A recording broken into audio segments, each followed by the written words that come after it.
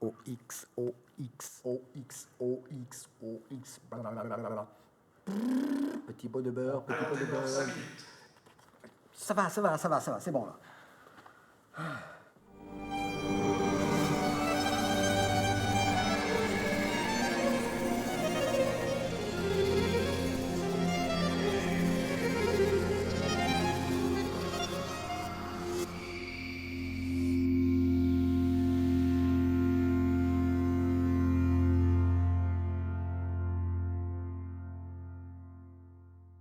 Nous venons d'apprendre la disparition tragique d'Eurydice. On ne présente plus Eurydice, cette jeune fille douce et sensible, mais hélas, malentendante, il faut bien l'avouer. Eurydice, je le rappelle, venait d'épouser Orphée. Et j'ai le plaisir de recevoir sur ce plateau Calliope, la maman d'Eurydice. Sa belle-mère. Sa belle-mère, pardon. Alors Calliope, racontez-nous cet accident tragique. C'est une morsure de serpent qui aurait été fatale à Eurydice. Pas du tout. Tout est parti d'un bonbon. Pourtant, d'après mes informations, il est question d'un serpent. Un serpent qui aurait mordu Eurydice durant sa fuite. Eh bien, vos informations sont fausses. Eurydice s'est étouffée. Avec un bonbon. Un bonbon empoisonné au venin, j'imagine. Un bonbon à la fraise. C'était son parfum préféré et elle devait... Bon, j'entends bien. Ça, c'est la version officielle. Mais en réalité, avouez qu'il s'agit d'une morsure de serpent. Nous sommes entre nous, vous pouvez tout me dire. Je vous répète qu'aucun serpent n'est à l'origine de son décès. L'autopsie est précise. Il y a de nombreuses ecchymoses, 3 côtes de brisées, dont une qui a perforé un poumon. La mort est due à l'étouffement provoqué par un bonbon qui a fait fausse route. Bon, je ne vous ferai pas dire ce que vous ne voulez pas me dire. Parlez-nous d'Orphée. Comment va-t-il? Il est effondré, comme vous pouvez l'imaginer. Son oncle Apollon reste auprès de lui pour le soutenir. Mais c'est très difficile, il va falloir du temps. Et vous avez des nouvelles de votre cousin, le roi de Thrace, avec la guerre de Troie qui s'intensifie? Ce n'est pas mon cousin. Ah, C'est mon mari. d'accord. Concernant la guerre, justement, nous venons d'apprendre qu'un gigantesque incendie s'est déclaré dans l'enceinte de la ville de Troie. Cela semblerait lié à l'arrivée récente d'un cheval. Un cheval étonnamment grand, certains parlant même d'une girafe. Des images impressionnantes signées Charlotte Chambon. Bon, je l'ai laissé me raconter son histoire de bonbon sans la contredire. On est professionnel ou on l'est pas. Hein. Mais les sources officielles sont formelles. Il s'agit d'une morsure de serpent. Et plus précisément, d'un serpent ayant préalablement avalé un pangolin sur un marché asiatique. Mais bon, on ne va pas inquiéter inutilement le téléspectateur, vous comprenez? On préfère l'endormir avec des histoires de bonbons à la fraise. Là, tu as la dernière version du plan des enfers. C'est Hyacinthe qui me l'a refilé. Il connaît le gars qui a installé les alarmes. Attends, il y a des alarmes? Eh oui, une là à l'entrée.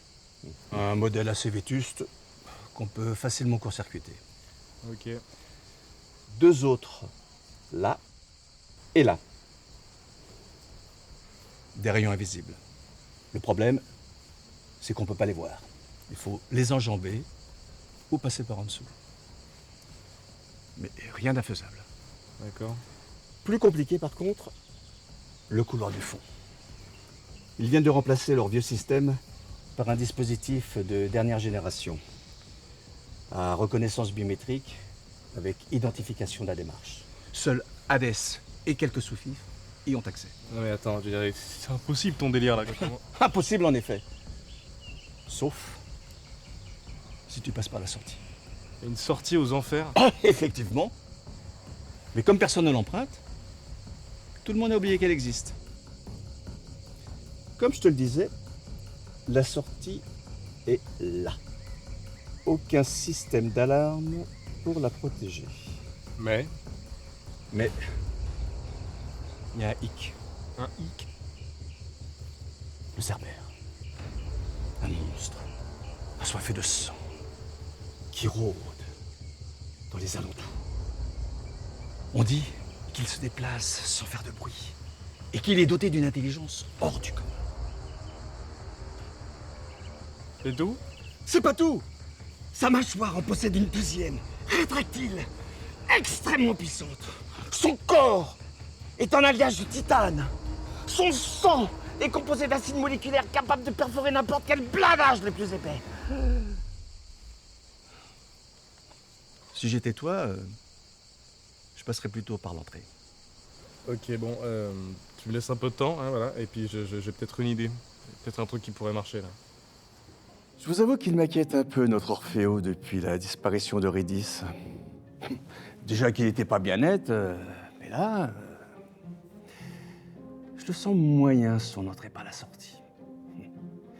J'ai beau m'appeler Apollon, je peux pas faire grand-chose s'il se fait boulotter par le Cerbère, hein. Et c'est Calliope qui va me tuer si ça se passe mal, hein. Je vous dis, c'est la merde, hein. C'est vraiment la merde. Voilà. Doucement, là, c'est pas mal. Voilà. Orfeo, qu'est-ce que tu fais? Viens manger. Il faut pas que je travaille.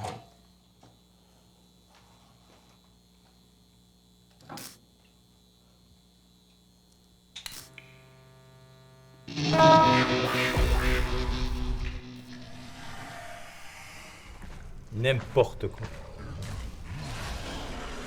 Cerbère, couchez, ça suffit. De plus en plus fade, cet animal.